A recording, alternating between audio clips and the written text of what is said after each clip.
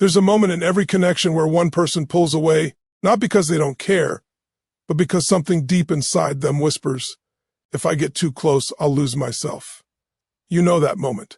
It's the silence after the text you never received, the distance in their eyes, the wall that rises where love once flowed. But here's what most people never understand. You don't have to chase them, convince them, or fix them. You have to do one thing. Shift your energy.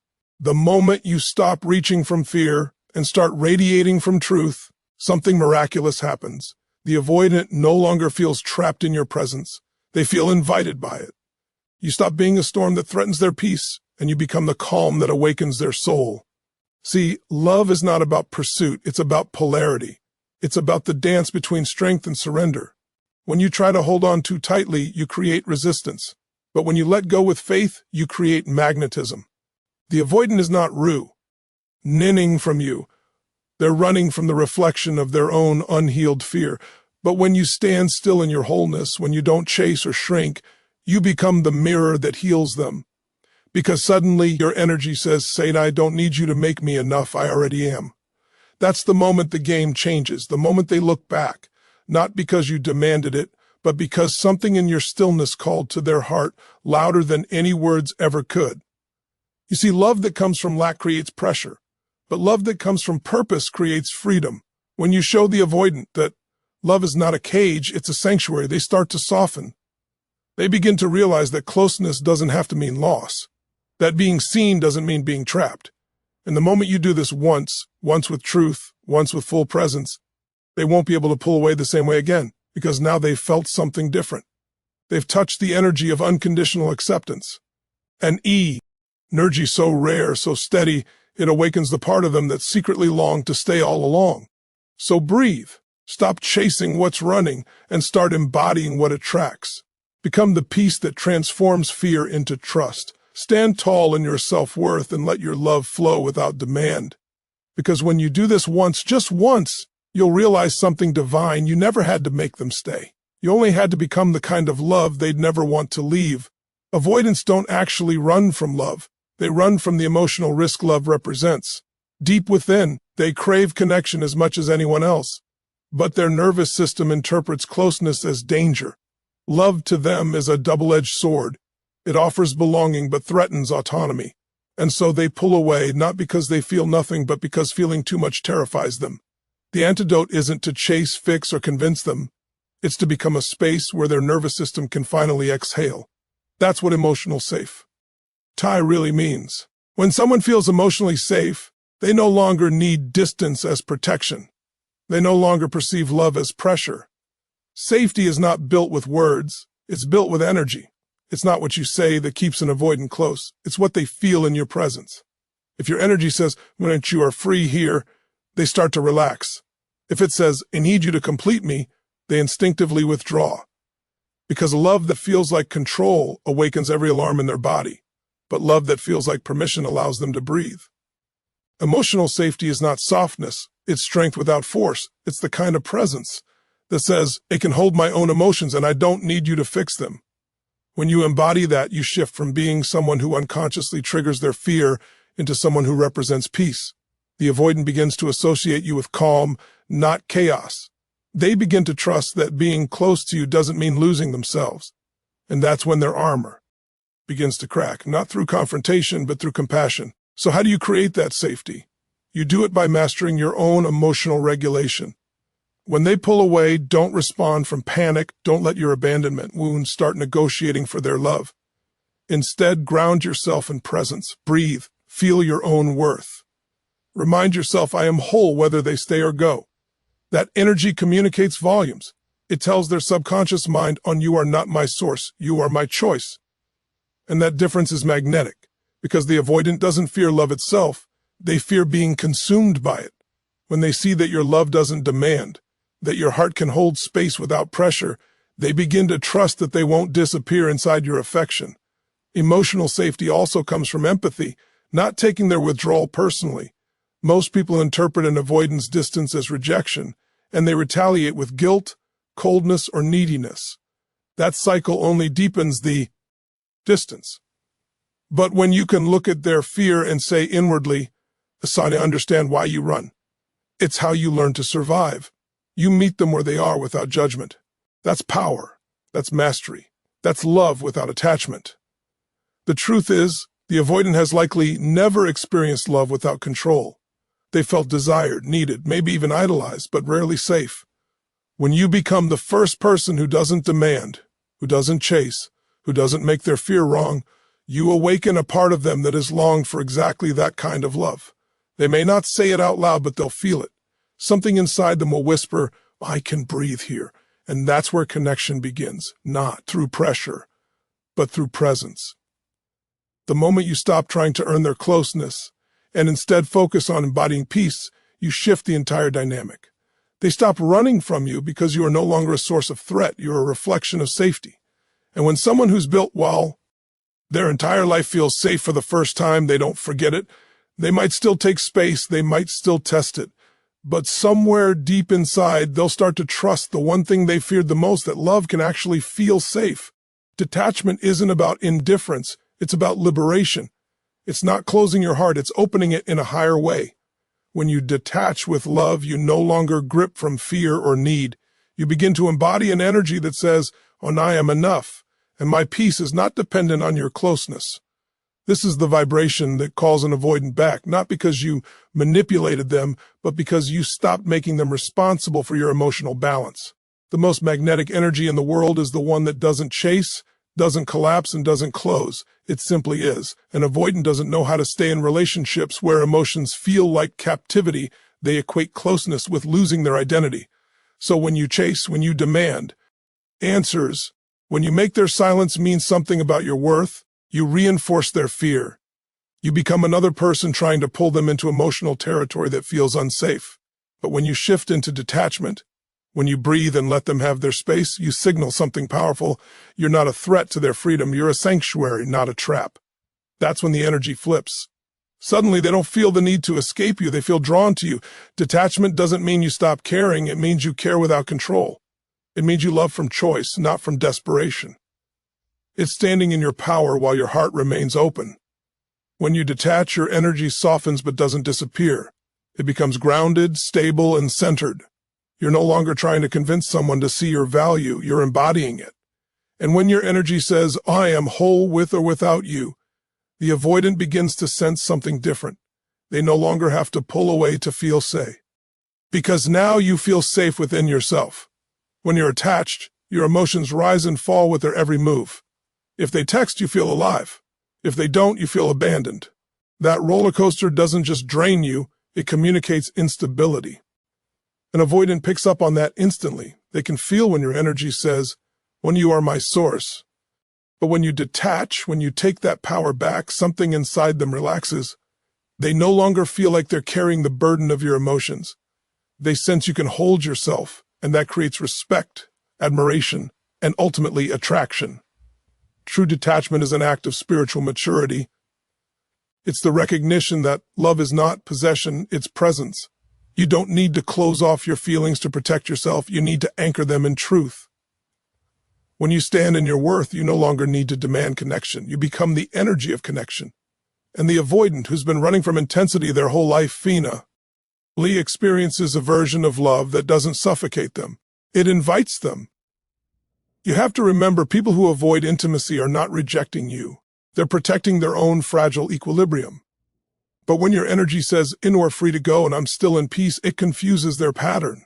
They expect punishment, guilt, or withdrawal. Instead, they meet calm. They meet presence. They meet someone who isn't fighting to hold them, but isn't pushing them away either.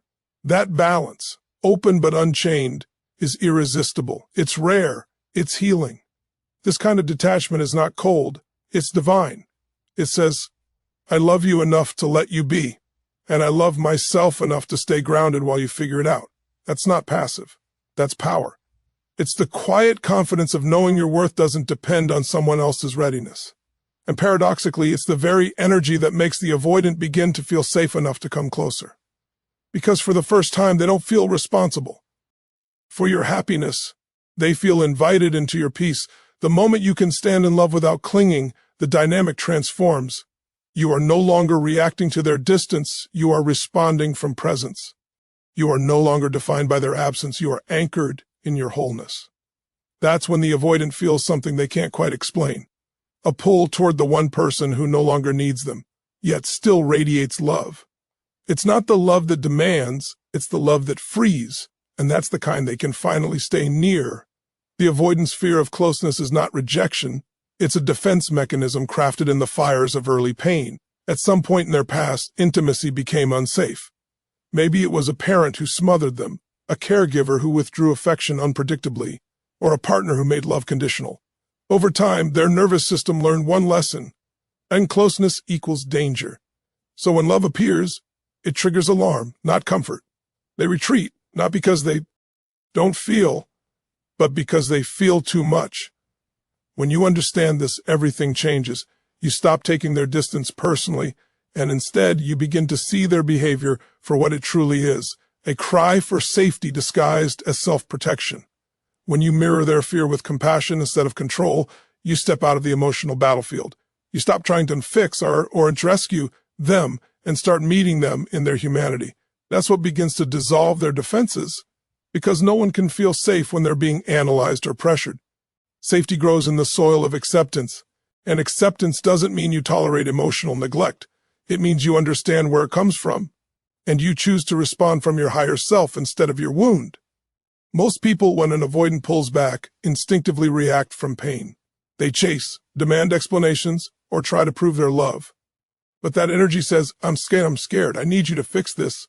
And the avoidant, already overwhelmed by emotional intensity, feels trapped. Their wall rises even higher. But when you meet that same moment with calm empathy, when you can look at their fear and silently say, see you, you don't have to hide here. You shift from being another threat to being a mirror of peace. Compassion doesn't mean you let them disrespect you. It means you no longer participate in the cycle of fear. You stop matching their withdrawal with your own. You stop using silence as punishment or control. Instead, you respond from presence. That might look like giving them space while keeping your heart open. It might sound like saying, understand you need time, I'm here when you're ready, and meaning it. That tone, steady, grounded, and free of blame, cuts through their defenses like nothing else, because deep down, the avoidant is not used to that. They've learned that love always comes with pressure, with conditions, with expectations. When you show them love without control, it disarms them. There's nothing sacred about becoming the one who doesn't meet fear with more fear. The moment you shift from reaction to understanding, the dynamic changes. Instead of seeing you as another source of emotional intensity, the avoidant begins to feel curious. They sense that your love is different, less consuming, more stable.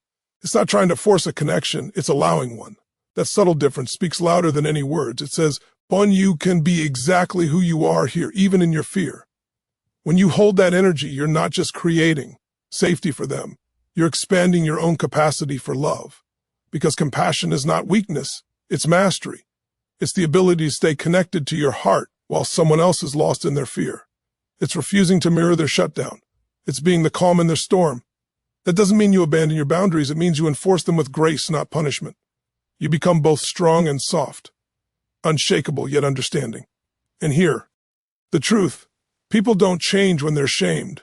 They change when they feel seen. The avoidant won't open because you demand closeness. They'll open because for the first time their fear isn't met with control. It's met with compassion. You become the mirror that reflects back their pain without judgment, the presence that tells their nervous system, you're safe to come closer now. That's when their defenses begin to loosen. That's when love starts to replace fear. And once they've felt that level of understanding from you, something inside them begins to shift, because now they're not just seen, they're understood. And being understood is the deepest form of love a wounded soul can ever receive. Your emotional state sets the tone for every relationship you're in. Whether you realize it or not, you are constantly communicating through energy, through the vibration of your emotions, your presence, your nervous system. An avoidant doesn't respond to words as much as they respond to emotional frequency. They feel your energy long before they hear your voice. When your energy radiates peace, confidence, and emotional stability, they feel safe. When it radiates anxiety, need, or pressure, they instinctively retreat. This isn't about pretending to be calm. It's about genuinely mastering your internal world so deeply that your presence becomes medicine, not pressure. Every time you enter an interaction with an avoidant from fear of losing them, fear of abandonment, fear of being unseen, you transmit that energy. And because their nervous system is hypersensitive to emotional demand, they feel that fear as an invisible weight. They don't interpret it consciously as, "This person loves me and is afraid." They feel it as, "This person might take from me. I need to protect myself." But when you own your emotional frequency, when you regulate your state before you speak, before you react, everything changes. You become grounded. Your energy tells them, "Farsi, you are free here. I'm not here to consume you." Owning your emotional frequency means learning to lead your energy, not be led by it. It's the difference between reacting from your emotions and creating from your emotions. When you're centered, your energy communicates confidence. Confidence isn't arrogance. It's the vibration of safety. It says, "Oh, and I trust myself. I can hold this." The avoidant begins to relax around that kind of energy because it doesn't demand. It doesn't chase. It doesn't collapse. It simply exists in strength. When your emotions are unregulated, you become a mirror of the very chaos the avoidant is trying to avoid. You may not even realize it, but your energy begins to pull at them, to demand assurance, to seek validation. That doesn't make you wrong. It makes you human. But to reach someone who fears intensity, you have to embody calm. The moment you shift from emotional reactivity to emotional mastery, you take back your power. Instead of being the one waiting for their response, determine your mood, you become the one who holds steady regardless of circumstance. And that steadiness is what makes the avoidant begin to trust again. Owning your emotional frequency also means you stop matching their withdrawal with your own. When they distance themselves, you don't mirror it in bitterness or defensiveness. You stay grounded in your truth. You understand that their pulling away is not a rejection of you. It's an attempt to regulate themselves. So instead of reacting, you stay present. That doesn't mean you chase or plead. It means you maintain your inner peace and stay open. You respond with clarity, not desperation. And that level of composure is magnetic because the avoidant expects emotional chaos in response to distance, but when they find peace instead, it interrupts their pattern. There is a silent power in being emotionally stable. It creates trust without words. The avoidant begins to associate you with peace instead of pressure, safety instead of stress. You become the calm after their internal storm. They don't have to run from you to breathe. They can breathe around you. That's how connection is built, through consistent, grounded energy that invites safety over and over again. To own your emotional frequency is to understand that love is not about what you say or do. It's about what you emit. You can't fake calm. You can't pretend peace. You have to embody it. That means doing the inner work, healing your wounds, mastering your triggers, and reconnecting with your inner worth. When your energy says, "I am safe within myself," you become a living sanctuary. And in that sanctuary, even the most avoidant soul begins to lower their guard. Because deep down, every human being, even the one who fears love the most, longs to be near someone who feels like home. And when your energy reflects peace, that's exactly what you become. Avoidants don't respond to pursuit, they respond to presence. They've spent their lives guarding their independence, protecting their emotional space, and equating closeness with the loss of control. When someone comes toward them with anxious energy, it triggers their oldest fear, being engulfed. But when you learn to speak the language of space and presence, you no longer communicate through pressure. You communicate through peace. You stop chasing connection and start creating it through the vibration of calm acceptance. The avoidant begins to feel something they've rarely felt in relationships: freedom within connection. The language of space and presence isn't spoken through words, it's transmitted through energy. It's the way you hold yourself, the way you breathe, the way you stop reaching for them energetically when they pull back. It's an energy that says, "Ace, you are free to come and go, and I remain whole." That kind of presence is grounding, steady, and deeply magnetic. When you give space but without resentment or emotional shutdown, the avoidant starts to feel a sense of safety they can't end anywhere else. Because most people offer love conditionally. "I'll give you warmth if you give me closeness." But presence doesn't bargain. It simply is. When you offer space without punishment, You speak directly to the avoidant soul. You show them that intimacy can exist without pressure. You demonstrate that love doesn't have to mean losing themselves. The energy of presence is what melts the fear that love requires self-abandonment. Because when you hold space with an open heart, you're showing them that love can feel like oxygen, not confinement. You're telling them, without saying a word, once you can be fully you and still be loved here. That message penetrates deeper than any conversation ever could. The mistake most people make is confusing space with distance. Space is intentional. It's grounded, compassionate, and full of trust. Distance is defensive. It's cold and built on fear. When you give an avoidant space from love, it feels like permission. When you give space from it feels like rejection. The difference lies in your emotional energy.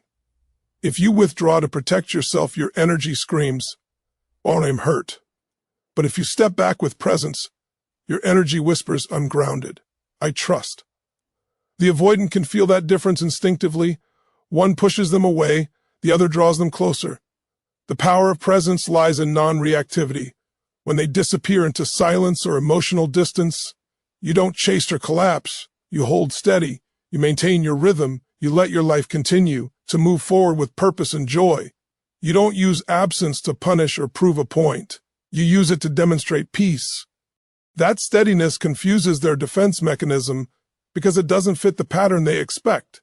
They expect control, guilt, or withdrawal. Instead, they find serenity. And serenity disarms fear. Presence also means being fully here when you are together. It's giving them your undivided energy without trying to extract something in return. It's standing without waiting to respond. It's eye contact that says, "Tina, I see you," rather than "please see me." The avoidant begins to relax into that kind of energy because it's free of agenda. It's love in its purest form, offering connection without demanding outcome. To speak the language of space and presence requires emotional mastery. You have to be comfortable enough in yourself to not need validation in every moment.